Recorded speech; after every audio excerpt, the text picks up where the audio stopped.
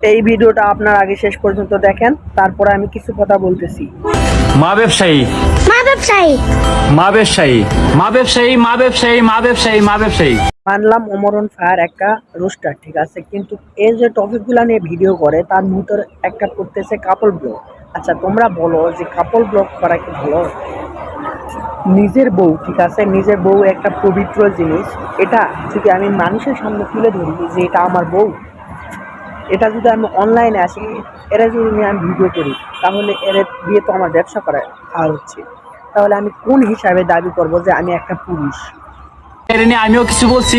যদি দেখতে চান ইউটিউবে গিয়ে জিসান ব্রো অফিসিয়াল লিগে সার্চ লাগান, আমার টিকটক আইডির বাড়িতে লিঙ্ক দেওয়া আছে। আর পরে বলতেছিস তোরা ভিউ ব্যবসায়ী।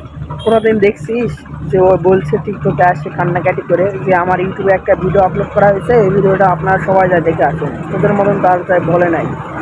আর গলার মধ্যে একটা আইডি কার্ড ঝুলালেই শিক্ষিত হওয়া যায় না। শিক্ষিত হতে হলে পারিবারিক শিক্ষা থাকতে হয়, যেমন তোদের নাই। আচ্ছা তুই যে ওরে মা ব্যবসায় বললি, এইটুকু কথা বলতে তোর বুকটা কাঁপলো না? এইটুকু ওয়ার্ড, ঠিক আছে, বলতে তোর বুকটা কাঁপলো না যে আমার ঘরেও তো একটা মা আছে, ওর মা মানে তো আমারও মা? এইটুকু ওয়ার্ড বলতে তোর বুকটা কাঁপলো না? ওর সাথে ঝামেলা তোর, ওদের সাথে ঝামেলা তোর, ঠিক আছে ঠিক আছে, কিন্তু মা এই জায়গার তো টানা কোনো প্রয়োজন মনে করি না আমরা। আর দুবাইয়ের ডাব ব্যবসায়ী যে অশৃঙ্খলা ভিডিওগুলো করে, ঠিক আছে, আমাকে যদি একটা দায়িত্ব দেওয়া হতো যে মানে কোন টাইপের ভিডিওগুলো বাংলাদেশে মানে পাবলিক করা যাবে, ঠিক আছে, এরকম যদি একটা মানে দায়িত্ব দিত, আমি এগুলো ভিডিও পাবলিক হতে দিতাম না।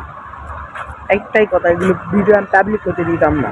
তাই কাপড় ব্লগ তো আরও আছে, ঠিক আছে, যে ও একটা ভিডিও করছে দেখে মানে কাপড় ব্লগ করাই ছাড়ে দিছে, এমনও কাপড় ব্লগ আছে।